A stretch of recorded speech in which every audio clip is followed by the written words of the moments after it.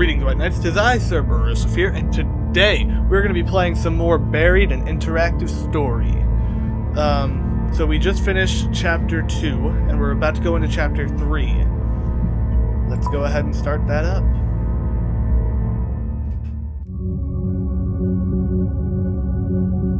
Computers everywhere. Computers everywhere. We follow Marcus into what I can only describe as a control room of sorts. There are countless computer screens, some of which are obviously coming back on from having been shut off. Everything looks extremely complicated, from screens filled with code and data to what is obviously a security system.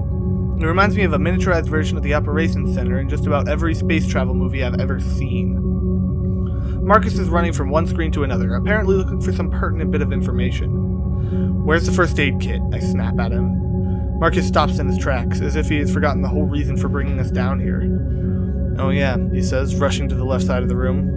There, he hunkers down by an opened panel in the wall, what I assume is the emergency vault from where he got the rifle. Look at the computer monitors or peer into the open vault.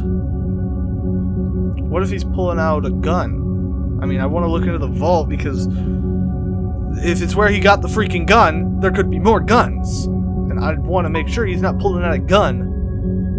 I peer over Marcus's shoulder into the vault he's opened. It's much larger than it looks from the outside. It's partially filled with file folders marked classified, a few rounds of ammo for the rifle, a peculiar plastic kit filled with syringes, and a locked black box. As Marcus digs around, one of the folders slips open. For the split second it's open, I see a scanned document and a color photo. The photo shows a male corpse with guts on the outside of its body, as if it's been turned inside out. There's also massive swelling on his head, almost like his skull is about to explode. Marcus slaps the folder closed, and then I turn my attention to one of the syringes. It's filled with a violet-colored fluid that, while pretty in color, looks deadly. Marcus finally pulls out the first aid kit and turns around. When I look back to motion Dennis over, he's paler than ever. "Come on," I tell him, but he's not moving from the place on the floor where he sits against the wall. I slide the first aid kit over to him and go scrambling to his side. Between the struggle for the rifle upstairs and arriving in this room, he's faded fast. I struggle to lift his shirt up and then over his shoulders as the dried blood holds it in place. The mere act causes him to grimace. "This might hurt a little," I tell Dennis. He only nods. He doesn't seem to care. "Pull the shirt off gently or rip the shirt off quickly."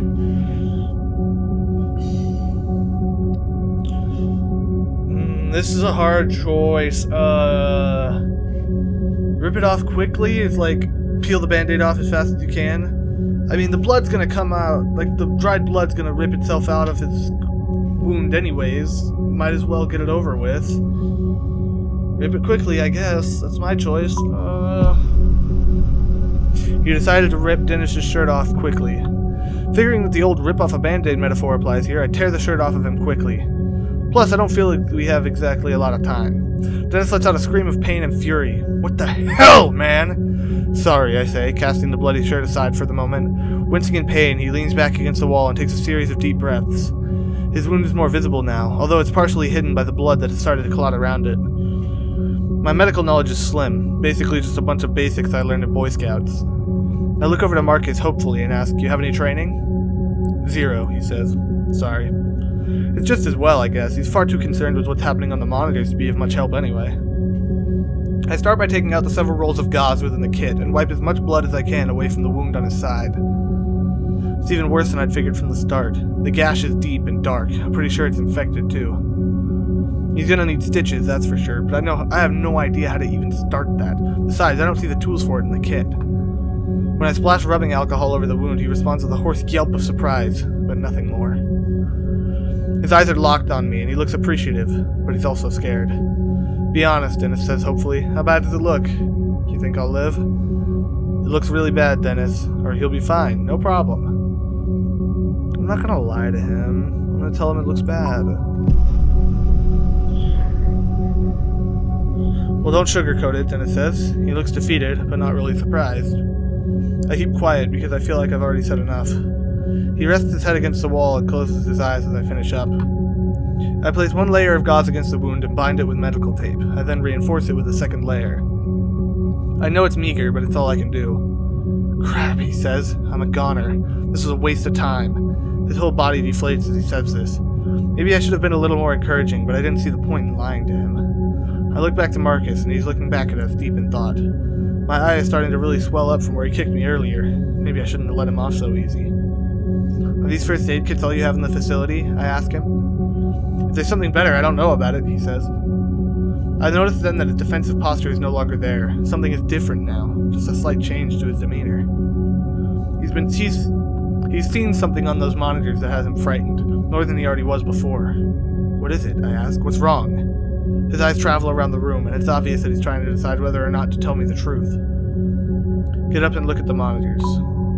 I'm not gonna freaking tell him to spit it out, he's not helpful. Rather than wait for him, I get up and scan the screens behind him, seeing if I can find any clues I had missed moments ago. After a few moments, I see a few things that even I can comprehend, hidden in the complex information on most of the screens. On one screen, I see what looks like a power meter that is slowly climbing upwards. A single message is flashing beneath it. Wow. I had a really rough time just talking. A single message is flashing beneath it. It reads, unexpected power failure, foreign entity. Another message trickling along the bottom of a black screen says, safety locks on level 3 containment doors engaged. Override? I see still scenes on a few other screens that I assume are security cameras showing hallways and passages from elsewhere in the facility. One of them shows the first level hallway we were on just a few minutes ago. Another shows a hallway I don't recognize. The floor is covered in blood. From just off the screen, I see what I think might be a human body, but it's bent in an impossible way. It looks like the body's leg and torsos have somehow been merged or melted into the floor. What's wrong with the systems, or what happened to that person there? What happened to the freaking person, dude? Why do I care about the systems? I have no idea. I didn't see it, he says. Whatever happened to that guy must have happened in the last minute or so. What the hell? I ask. There's something still happening? Are we still in danger? He turns away, clearly fearing he has already said too much. And as bad as that is, there's a scene on another monitor that makes my blood go cold and my fear spike to levels somewhere near terror. The scene is very familiar. It's a logging site. The equipment is unmistakably mine. I can even see my truck. Something like fury starts to rise up in my guts, momentarily pushing aside the fear. For a moment I consider just tearing into him. A few punches and a shove against the wall, nothing more. I want answers, and I want them now. But I'm not sure which would provide more answers, asking calmly or kicking his ass. Question him aggressively or calmly? My thoughts about it all are that so far he's been hesitant to talk, but he's actually told me some things, and I haven't been aggressive with him yet, so I'm gonna keep trying to be calm. I don't want to be a douchebag and just punch him in the head when he won't answer me. I'm not like a interrogation master. Could you please explain to me why you've been spying on my crew? My anger is prodding at me, and I have to hold it back again. It's near the surface, demanding a release. It was part of my job, mine and a few others. Your crew has been watched ever since you set up your equipment. Why? Because you're working with heavy equipment, some of which digs into the ground less than a mile from a secret government facility. I had no idea of that, I say. How could I have known? Marcus gives me that same crooked, trembling smile that's beginning to creep me out. Because those things would draw attention to this place, he says. You have no idea how secretive this facility is. Besides, I know that the higher-ups looked into it. Your site is non-government land. It's shy by about 300 yards. Every piece of your equipment is on private property. The timber tract you purchased from Mr. Gladstone 2 months ago. So even if we wanted to intervene and keep your crew away, we couldn't have without stirring up a fuss. The fact that someone with such a low-level... Okay, I'm gonna make an excuse. I've been talking for the past 3 hours recording For Honor, and so I am very tired and tongue-twisted. I haven't had water. I'm sorry, okay? Back to the story. The fact that someone with such a low-level clearance knows this much about my logging crew is unnerving. If you've been watching us, why didn't you recognize us when we met in the hallway, I ask. He shakes his head and exhales like it's obvious. The cameras have a bird's eye view. I can't see faces, we just track bodies and names. So where the hell is my crew? Or ask calmly. He gave me information when I asked calmly last time. I'm not gonna just be a jerk now that he's actually telling me stuff. So since you have all the surveillances, do you know where the rest of my crew is? I do my best to keep my voice level, even though my impulse is to shout. Well, Marcus says, all of you were on site as usual before the incident. It had been a few hours since I checked, though. They might have come near the facility, or maybe not. I don't know. He says this casually, like it's not important. Well, are they inside the facility, I ask? You have cameras everywhere, right? Do you see them? Marcus shakes his head. I've been looking all over and I haven't seen your crew. They aren't here. But, he adds, the lower levels don't have any cameras. Classified. I'm not sure how they would have gotten in there, but it's a possibility. I'm still shocked that we were being watched. Do they know everything about us? I'm telling you, Marcus says, the depth of influence in this facility goes deep. There are 36 employees down here. Outside of those employees, only 5 other people know this place exists. What the hell goes on here? Ask calmly. He's telling me stuff. I'm not gonna yell at him. Why would I? What do all these people do here, I ask, keeping my voice level. He doesn't even pause to consider if he should go any further. He actually laughs when he gives me the answer. I honestly don't know everything. Probably very little. But what I do know is that it's more than Black Ops. What does that mean, I ask? There are scientists here who have been disowned by their own governments because of the nature of their work. You get it now? I don't. Not at all. But I don't want him to know about that. You said there are 36 employees, I say. Where are they now? He shakes his head. As far as I know, everyone else is gone. Gone? Where? He points to the screen that still informs us of the unexpected power failure and cringes. If this power failure was not corrected in time, there's no telling. But they're here in the facility somewhere, right? I ask, hoping someone will be able to help Dennis better than I can. I just don't know, Marcus says. They could be anywhere. Look, I say, furious with the way he's talking in riddles. I don't... Ah, God, Dennis says. I look over to him, and he's pale as a ghost. He stood up, and his eyes are locked on the monitor closest to him. What? I ask. He simply points to the monitor and looks away. I look to the monitor and see the logging site, but more specifically, I see the overturned dozer and the leg sticking out from under it, wearing work boots right where I left him. Tony. The fact of his death seems abstract, almost like it happened in some other world or a very long time ago. I know that you already told me he was gone, Dennis whispers, but it's different actually seeing him. My God.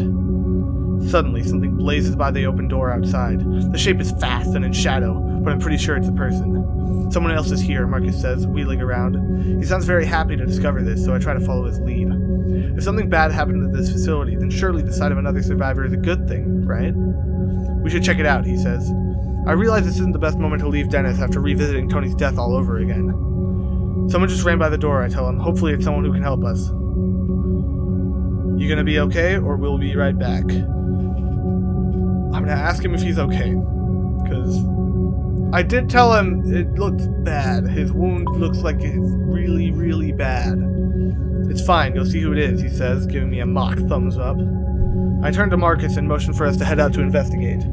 Let's be careful, Marcus says. Depending on who it is, they might not be as hesitant to shoot a stranger as I was. I nod at him as I head for the door. I'm still holding the rifle in my hand, and I don't know if I have the guts to actually use it if needed. With a final look back to Dennis, I run out into the second level hallway. Continue. I don't know what I'm laughing about, I'm sorry. Look at that 3-person side. Marcus follows. There's still fear in his eyes, but also the slightest glimmer of hope. That hope is contagious. We take off after the figure that just ran past the command center. Ahead of us, the facility presents yet another long hallway.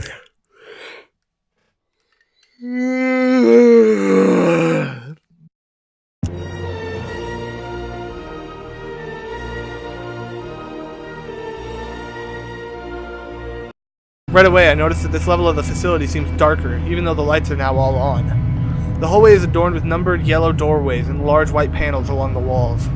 It's clean and well maintained, but there's something ominous about it. Up ahead, I see the fleeting motion of something dark, cutting quickly to the left. Down a corridor. There, I say, quietly pointing up ahead.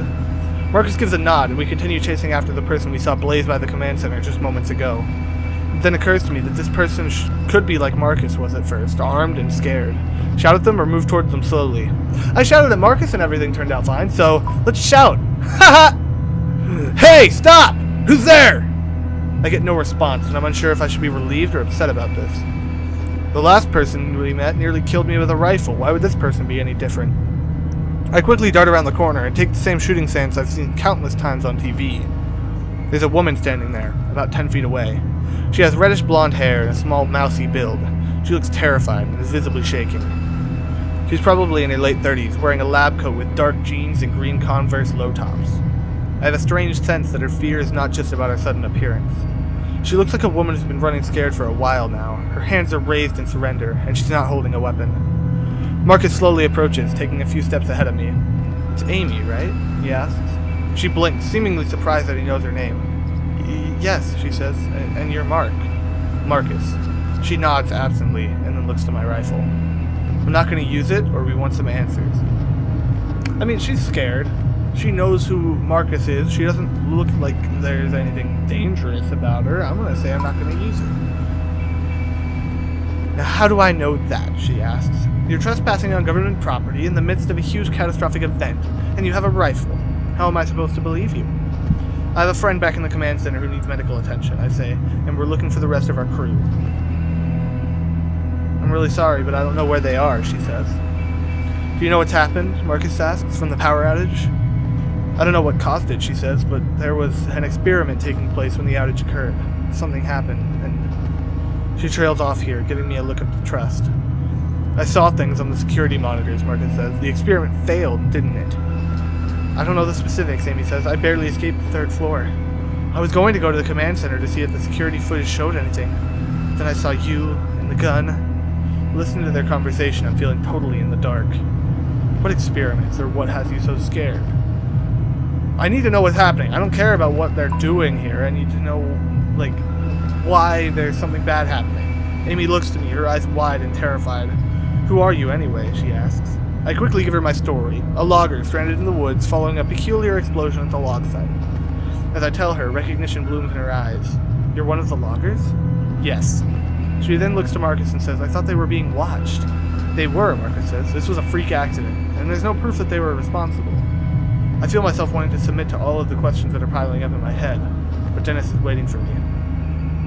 Ask about medical help for Dennis, or ask for more details. Medical help for freaking Dennis. He looks like he's gonna die. I decide that despite my curiosity, I need to get Dennis help as soon as humanly possible. Look, is there any medical help to be had here or not? I ask. Probably, Amy says, but you'd have to find Colonel Barksdale. He knows where all of these sorts of supplies are. And where is he? Where's everyone else? I ask. At this, Amy starts to weep. She falls to her knees as if someone had struck her from behind.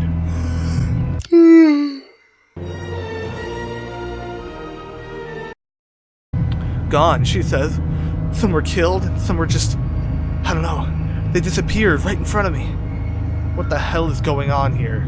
Or disappeared? Disappeared. Yeah, she answered. They were here 1 second and gone the next. Just... gone. Something's here with us, Amy says. We were conducting an experiment and it all went horribly wrong. Something came through.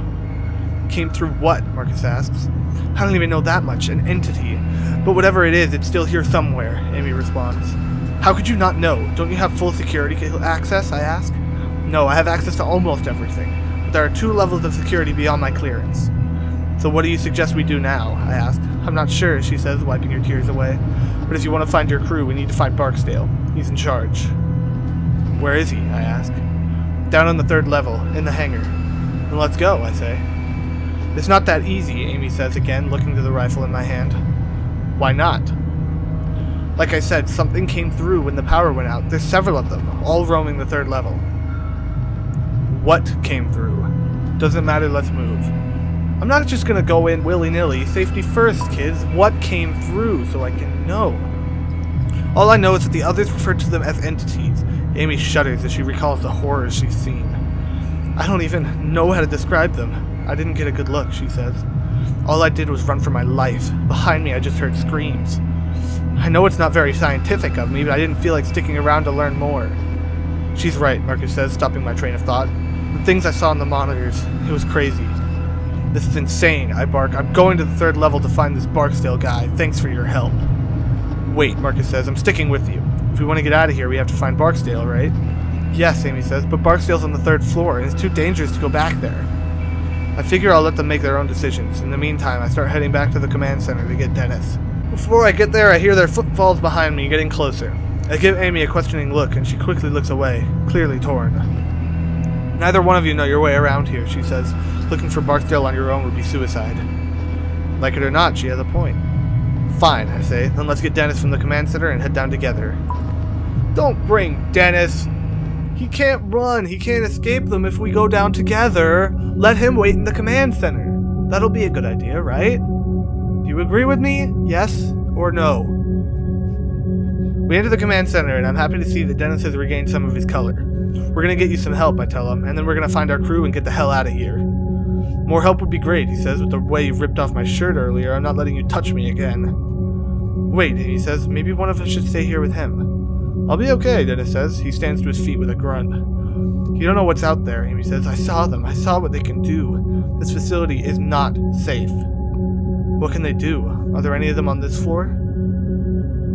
Are there any of them on this floor? I'm not sure, she says, but they're down on the 3rd floor, so we'll need to be careful. Marcus looks a little hesitant, but he nods his agreement, and the 4 of us exit the command center. Heading back out into the hallway, I look back to the monitors.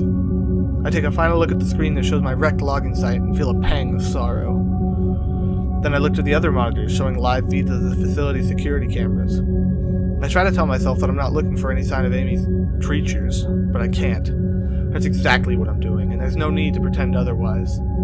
We head back through the hall and towards the elevator. The tension exists between us is like a physical presence. The tension that exists, it should be that. We step inside the elevator and those pristine doors close. Inside the elevator, Amy seems to become much more guarded and distant from us. I want to assure her that I mean her no harm, but I'm also not going to put the rifle down. So you have pretty high clearance in this place, right? I ask her. That's right. So what kind of experiment are we talking about? What went wrong? When she starts to answer my question, I can tell that it is something of a relief for her to get some of it off of her chest. There's been a lot of work on a project taking place here over the last 3 years or so. The purpose is to find out if there is any real viable science behind point-to-point instantiation. What? Instantiation. Like teleporting? I ask. Oh my god, Marcus says. I had no idea. I knew there was some weird stuff here, but nothing this insane. It's really not all that insane, Amy says. We found our first major breakthrough about 9 months ago. We were able to transport a live rat from its cage on level 3 to a small lab in New Mexico. The trip took the rat 5 seconds. Are you kidding me? Dennis says. I can tell he wants to sound as if he's mocking the idea, but he fails. He's scared. Not at all, Amy says. The problem was that when the rat arrived, its retinas were detached and its intestines were on the outside of its body. Ugh! But yeah, Marcus, that's not that insane. I mean, it's really not that insane. It's just teleporting. I mean, science is probably going to try and perfect that sometime soon in real life. They probably are trying to perfect it right now. What does this have to do with us now, or did you ever perfect it? I don't care what it has to do with us now. I mean, it doesn't really have anything to do with us right now. Oh my god, I'm yawning! Oh, why am I so tired? Well, about 6 months ago, we successfully made that same experiment. The rat arrived in great health, and this time in just 3 seconds. Still, one of the things that we needed to tweak in order to make the process completely safe was how to figure out how to keep the subject on a straight course. When the matter is being transported, not only are its atoms being unknit and then put back together upon arrival, unknit or transported. Yeah, it's being transported! Obviously! Unknit. Yes, deconstructed and translated through space. It's the only way we know how to do this right now. But the issue, as I said, comes in keeping the deconstructed matter on a straight course to its destination. When the process occurs, we are deforming space-time. We are creating a shortcut through space, and that has risks. Why exactly? Dennis asks. Because there are many more dimensions in space than the 3 we exist on, she explains. There's some evidence that there are as many as 10. So when you send the rat to New Mexico, it's traveling through another dimension to get there? Basically, and because of that, we were trying to get a better understanding of what those other dimensions are capable of. Things that a great deal of the population would be scared of if they knew what we were doing, hence all the privacy. Then today, the power went out as we were right in the middle of an experiment. Something happened. What, I don't know. She's speaking with the authority of someone who knows what she's talking about. Is that why those creatures are here, or what have you seen in these dimensions? What have you seen? No reason why. That's just what I feel to say. Other worlds, other Tegmark universes, where our laws of nature don't apply, she says, not bothering to explain what that means. I'm not cleared for such things, but I do get the reports. What reports? Marcus asks. I'm given access to the results of the test. In other words, Marcus replies, clearly upset, you guys have been peeking into other dimensions and taking notes on what you see. I can't believe I've wasted my life for this, he murmurs to himself. It looks like he's starting to freak out. Amy is quiet. Her expression indicates that she's waiting to see how I react to all of this. You people are insane, or that's incredible. I mean, yeah, it's incredible. I mean, Imagine science right now learning how to make teleportation. That's incredible. I mean, I'm not really a man of science, but that's incredible. It's awesome. So this is like interdimensional stuff, I ask? In a way, Amy answers. Marcus, on the other hand, is incredulous. I don't want anything to do with this. He says, all this time I've been working for... He laughs cruelly, and the sound of it makes my blood go cold for a moment. Just a single level beneath my feet, you assholes have been tearing apart space and time, Marcus continues. When the elevator doors open, I can't get out fast enough. The tension is growing way too thick for my liking. Outside of the elevator, we step out into what appears to be a massive industrial area. The carnage waiting for us is unlike anything I'd seen on the upper levels. Continue.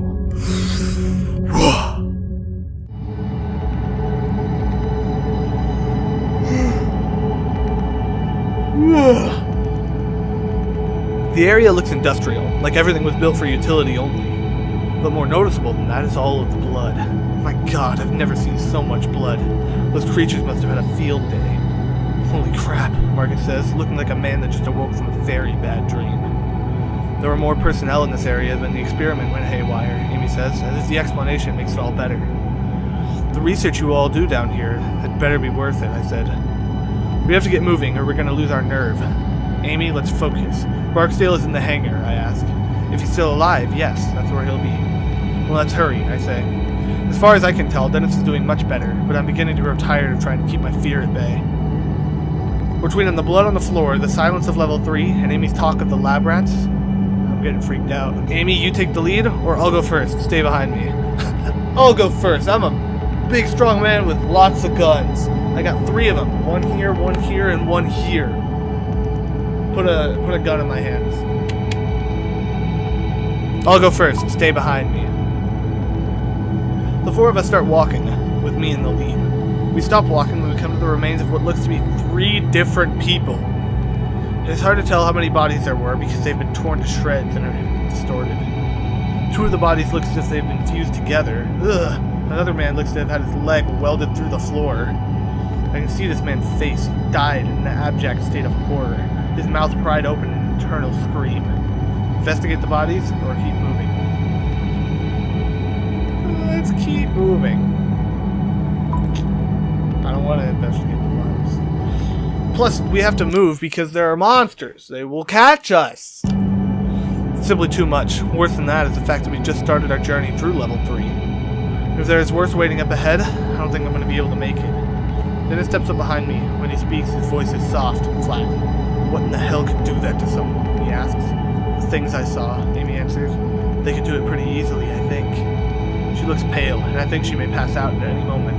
Tears spill from her eyes, and she's visibly shaking. But she soldiers on, looking back at me, and stepping to the side of the gruesome carnage. Her eyes again go to my rifle, and she doesn't look very hopeful. You good to go? She asks me. We need to move on, but for some reason I can't take my eyes off the scene. My mind is reeling, trying to process it all. Yeah, let's go. Not looking around some more. Wasting time. We leave the grisly site behind, moving into another equally destroyed area. From what I can tell, the next room was once an open area for experimentation. The place hasn't just been destroyed, it has been physically altered in a way that makes no sense. The girders look to have been warped, their very material distorted and twisted. To my right, a machine has been catapulted and looks to have somehow merged with the wall rather than crashing into it. Beyond these phenomena, there's the standard violence I was expecting to see. There's a limp arm sticking out from underneath the wreckage. And more blood! Oh my god, I'm yawning all day! I need to go to bed. I see no signs of an explosion, which makes me wonder just how this happened. Seeing the aftermath is sickening enough, but it makes me wonder if Amy saw it while it was happening. Did you see what happened to those girders? Did you see how these people died? What happened to the girders? Because that seems interesting. How they were physically twisted and just like, man, without breaking. So yeah. I only caught a glimpse of it, she says. It was like trying to focus your eye on something that was too close. It just started twisting, but not creaking or breaking. It's like these creatures are able to deform matter. She pauses here, and that's when we hear something echo through the facility. It comes from behind us and slightly to the right. I'm not sure what it is, but it makes my blood feel like ice. It sounds almost like static from an AM radio, but there's a high-pitched noise beneath it that I can't even start to fathom. What in the hell is that? I ask, instantly clapping my hands to my ears. One of them, Amy says, her voice a whisper. One of the creatures. If I clap my hands to my ears, did I drop my gun? I really hope not. Or did I go, like, drop it into the crook of my arm and then clap my hands against my ears with it sticking out like this? I don't understand. That's what they sound like, Dennis asks. I see that he's leaning against the wall again, wincing at the noise. I suddenly realize that I have a death grip on the rifle, ready to shoot at the next thing I see. Anything between us and them, or how far away you think they are? How far away? I want to know. About 100 meters, she answers, not far. Everyone seems to take this as the cue to start moving again. We make our way around the office wreckage, now with new purpose in our step. We barely make it to the other side of the room, approaching a dark hallway, when another high-pitched noise sounds out. This one is louder, closer. We all share a terrified look, and I can tell that Amy is on the verge of losing it. I grip the rifle tightly as we head towards the hallway in front of us. How much further to the hangar? Can you kill these things? Can you kill them? Can you kill them? I don't know, Amy says. Dennis speaks up, his voice like ice. Let's haul ass, huh? No one says anything after that, but I can feel the presence of terror around us, pressing in on us like some new violent gravity. Spooky. Man, this is bloody. Blood right there. The small utility hallway is well lit. It looks as if it was designed to only be used by select maintenance workers. What goes on in this area, I ask. I'm looking at Marcus as I ask the question, but he only shrugs in response. She might know, he replies, pointing to Amy. I've never been down here before. It's just a utility hallway, Amy says, but at the end there's a maintenance room. There should be a gun or two in there. It's also the most direct path to the hangar. As we walk quickly and quietly down the hall, I take a glimpse ahead and feel the hair on my back stand up. Or hair on the back of my neck stand up. The lights become more sparsely spaced, and it's impossible to see just how far the hall extends into the darkness. This hallway has the occasional trace of bloodshed, but nothing like the main area we've come from. We continue farther down, and just as I begin to see what looks like a large metal door further ahead, I hear yet another shrill sound. This one sounds farther away, but no less demonic. How many of these things did you see? Dennis asks Amy. 3, but that's just what I saw. There could be more. What did they look like? Dennis asks. Can we talk about something else? Or yeah, what are we dealing with? Don't change the subject, you're in a dangerous situation. What are we dealing with here? I don't even know how to explain them, she says. Monsters, that's the only word I can think of. My mind seems to struggle just trying to understand what I'm seeing. They're big, and they seem to jerk around every few feet or so. They look like they're made of light. That's about all I know for sure. You know, my ex-husband always said I'd let my work kill me, she continues, seemingly unable to stop herself. I mean, I doubt he imagined this exact scenario, but still. As we make our way to the hangar doors, another high-pitched noise rings out, angrier now. Amy stops walking, causing all of us to stop and turn to her. We have to do something to slow these things down, she says. No, Marcus stabs. There's no time. We need to distance ourselves and get to the hangar. Fast. Amy ignores him, deep in thought. There's an old hydraulic door set into the wall right here, she says. It hasn't been used for years, though. She looks to me, pleading her case. Together, we might be able to pull it closed behind us to keep those things back. Those old hydraulic doors weigh a ton, Marcus says. There's no way it'll work. Roger, Amy says. What do you think? They'll have a harder time getting to us if these doors are locked. Look, Marcus shouts, turning to me. We need to get to the hangar now. Let's stop and close the doors first, or let's keep moving to the hangar. I think we need to stop and close the door. Because who knows how fast these things are? A. And who knows if we'll even be able to get in right away? B. I mean, the problem is that there could be something blocking our path that we need to clear. So let's stop and close the doors. You decided to try to close the doors. Damn it! Marcus says we don't have time for this! Amy ignores him and starts feeling along the wall for a groove. Dennis and I start looking as well. A minute passes, then I see a small metal frame that runs from the floor to the ceiling. Is that it? I ask. Yes, Amy says. I look to the floor and see an old metal track that runs along the frame. Let's move it, I say. Amy, Dennis, and I start pulling as hard as we can. But it barely budges an inch. Behind us, that static noise rings out again. My heart seems to stutter, and Marcus lets out a little whine. We're running out of time! We need to go! Marcus screams. Those things are getting closer every second! Help us, Marcus, or this isn't working. Let's go. We wasted enough time trying to get it to move. It moved an inch. So, help us, Marcus. Let's freaking do it! It won't make a difference, he says. If we shut up and help us, and then we'll find out, I shout. Reluctantly, Marcus walks over and grasps the door. We all groan as we strain to pull. It starts inching slowly, and then begins moving steadily. Once we get it started, it slides easily. As we near the wall, closing off the hallway behind us, I think I can see the merest glimpse of an odd, illuminated shape in the darkness. It's cut off by the slight thump of the hydraulic door being pushed against the frame of the opposite wall. Amy turns the lock into place. Great, now it's haul ass, Marcus says. We all turn and get moving again, still feeling unsure about our prospects. The fact that yet another shrill noise sounds out from elsewhere in the facility is not calming. And then there are two of them. It's almost like they're calling out to one another. The doors to the hangar sit up ahead, like the entrance to some enormous labyrinth. Continue. This is a really good chapter so far. It's dark and gruesome and menacing and spooky. When we reach the hangar doors, I get a true sense of how impenetrable they are. A computer terminal is mounted on the wall nearby and has a blinking red light. Oh my god! Why am I yawning? Any idea what this means, I ask? It's an automatic lock, a failsafe from the lockdown, says Amy. I've never been down here before. If I had known this door was here, I would have opened it earlier. How? Amy asks. The fear in her voice is more present than ever. From the command center, he says. You need to override it from there first, then use this terminal to open the hangar doors. The command center on the second floor? I ask. Yeah. Amy shakes her head and lets out a nervous laugh. Are you kidding? She asks. We just pulled that hydraulic door and blocked off the hallway, remember? Dang it! If we want to get to the hangar, we have to get back to the command center, Marcus says. Isn't there another way? Turning to Marcus, Amy replies, well, there is another elevator, but we'll need to go through biochem storage. I need to stay with Dennis so he can rest, I say. You two go. You know your way around this place, and you know the controls, Marcus. Fine, Marcus says, but we'll need to be armed. Give Amy the gun or give Marcus the gun? I do not trust Marcus. I'm giving it to Amy. Screw you, Marcus. Get out of here.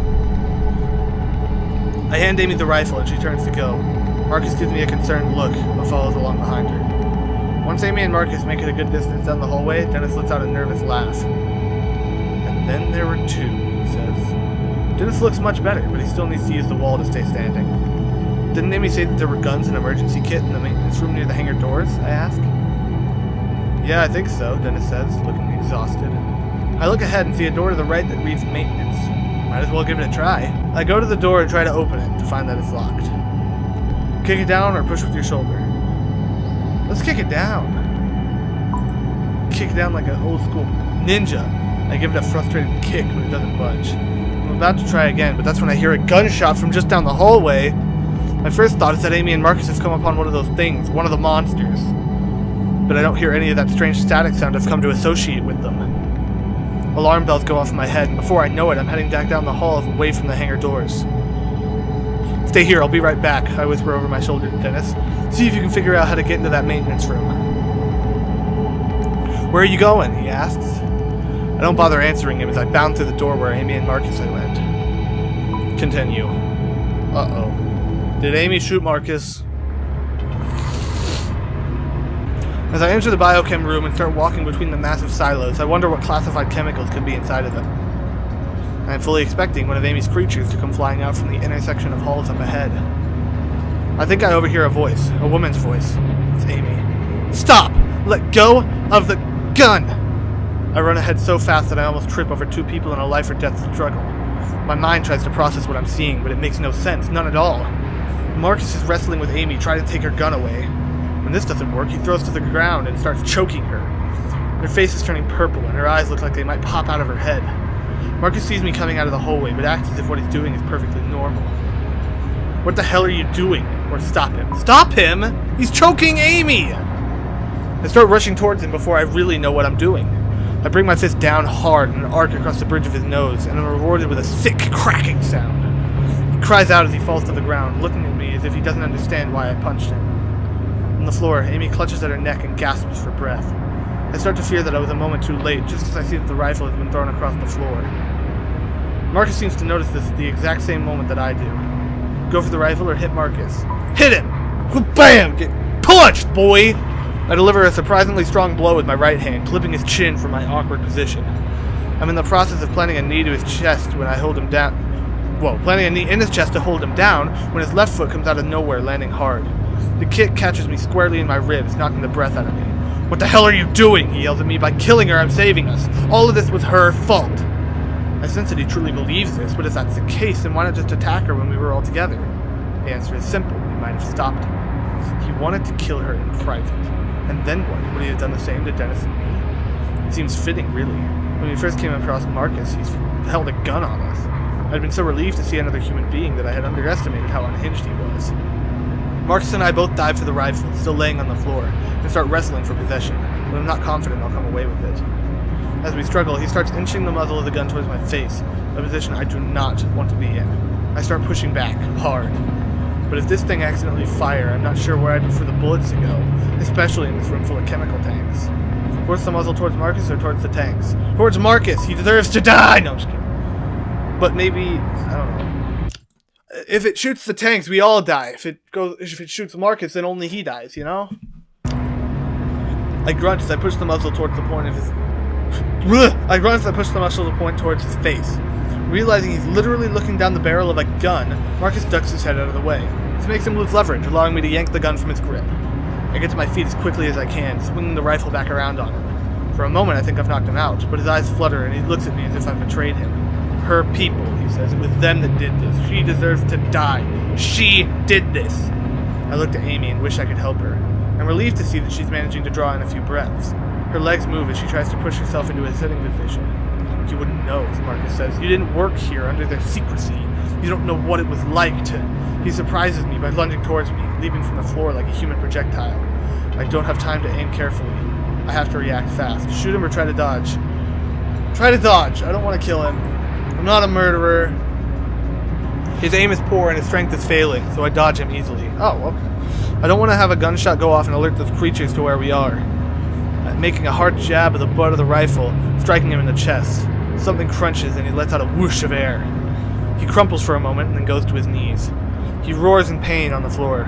Only after a few moments I realize that they are not purely screams of pain. The bastard is calling for them, calling for those creatures to come for us. This place is evil, along with everyone involved, he wails from the floor. If you're taking her side, then you deserve to die too. If you want to stop me, you'd better do it now, you coward. The rage in his eyes at Amy, as well as towards me for stopping him, makes me think that he'll deliver on his threat. I raise the rifle in again, every urge in my body wanting to make sure he doesn't come back to bite us. But I'm not a violent man. I could easily not kill him and just leave him behind. Don't kill him, let him live. And he's unarmed now, he's wounded, what is he gonna do? Just like when I could barely shoot earlier as he was coming at me, I can't bring myself to deliver a kill shot. I ignore him and lean down to Amy. You okay? I ask. She nods slowly. I have to go, she says, her voice raspy. They'll be here any minute. Too much noise. I have to hold her arm so she can get to her feet. We start forward and then I think of Dennis. We should go back to the hangar doors, I say. I can't just leave Dennis there. There's no time, Amy says. You need to come with me up to the command center. Now. We'll be back for him soon. You're all dead now anyways, Marcus shrieks. If they don't get you, I will. He laughs maniacally after saying this, hooting like a madman. As if in response, a high-pitched noise tears through the hallway. I seem to feel it in my bones. They're following his noise now, Amy says, her voice still weak. She takes off away from Marcus, presumably towards the other elevator she had mentioned moments ago. I follow her. As we move out, I hear Marcus slowly push himself off the ground and stumble off, slipping in between the tanks and disappearing. We start running, and after the first few strides, another noise sounds out. It sounds mechanical, but at the same time, it also reminds me of recordings I've heard of whale songs. A sound of metallic creaking and crashing echoes through the door I came in through. They've reached the hydraulic door we pulled, Amy says, confirming what I'm thinking. The sound grows louder as it's clear they're struggling with it, which is good. We have a bit more time. I speed up my step to follow Amy as she leads the way to the other elevator. She's panting furiously but pushes on. I can hear something rattling in her breath, likely the result of Marcus's attack. This makes me imagine how his cold, uncaring eyes must have looked, staring down at her as he tried to deliver her to death. How she's still forging on is beyond me. I'm sorry about Marcus, I say. It's not your fault, she interrupts. At least you handed me the gun. I just hope we can find a way to survive this mess. We'll be fine, don't worry, or don't say anything. We'll be fine, I think. I'm not so sure, she says, her eyes fixed straight ahead. I'm not sure I can blame her. I just wanted to say something encouraging, I guess. We finally come to the elevator at the end of a row of silos. The elevator doors slide open slowly. At that moment, we hear something behind us, a strangled sort of whistling sound. We step inside and turn around to face the biochem room. Thankful we've been given a few moments to spare. God! Why am I yawning so much? Oh boy. The elevator doors remain open for 3 seconds before they start to slide closed again. In those 3 seconds, I see a large shape floating towards us. A phosphorescent-like white glow outlines an impossible shape. Behind it, I see another shape that's also entered the biochem room, and another. The third one breaks away from the other two, taking a quick right. It moves with eerie speed. That is the direction Marcus had gone. Honestly, the thought of them hunting him down doesn't bother me in the slightest. Amy is pressing the button to close the elevator doors over and over, but they stay open for what seems like an eternity. I curse whoever designed those damn doors. Hide inside the elevator and stand in the doorway ready to shoot.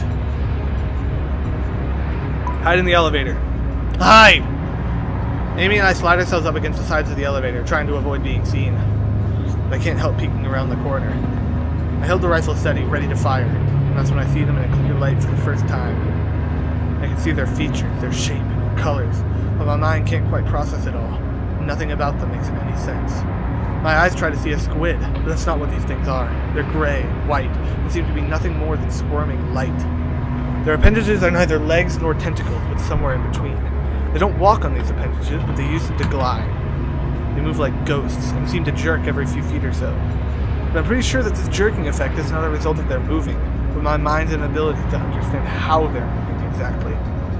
It's also more than their appearance that makes them a mockery of reality. The light around them seems to bend inward, as if the space within the room has to reshape itself for their existence. A peculiar effect on the air makes their movement seem like not moving underwater, only faster. They screech in unison as they rush towards the elevator. They'll be inside here in another few seconds. I check the rifle and see that my ammo is diminishing. I have to start saving my shots, so I'm going to have to be choosy. Don't shoot, save ammo. Let's conserve it. They keep advancing. Even though I know the doors may not close in time, I manage to keep my cool and avoid firing off any more rounds. I haven't fired a round. Well, actually, I guess Amy fired a round at Marcus. So, my finger itches to pull the trigger, but I resist. I'm not even sure if the gun would affect them. Finally, the elevator door closes. The creature washes against the other side of the door, making an electrical noise and crying out in anger. The tips of their spider-like appendages poke through the wall and elevator door, but for some reason they can't get all the way through. Amy screams at this and curls into a ball in the far corner of the elevator, crying. I say nothing to her, just cling to the rifle, hoping those creatures don't find Dennis as he waits by the hangar doors where I left him. For his sake and ours, we need to get them open now. End of chapter 3. That was intense, dude. That's so good. That was amazing. I love this. The blunt truth. You and 41% of players told Dennis his prognosis was grim. You and 35% of players sided with Amy on pulling the hydraulic door. Really? That's a low amount of people. You and 69% of players gave the gun to Amy. 69. Yeah. You and 58% of players left Marcus alive. Murder or mercy. I mean, I don't want to kill him. An hour later, you and 68% of players conserved your bullets for later instead of shooting the creatures. I think I made some good decisions with that one. And I'm really happy with this freaking game so far. It's so good. Oh, I love it. But anyway, thank you guys so much for watching this episode. It is an amazing game. It's only $3. I say this every time, but go buy it for yourself. Even if you've seen up to this point, it's worth it to go buy it. It's amazing. But either way, thanks again for watching this episode. Hopefully I'll see you next time. Farewell.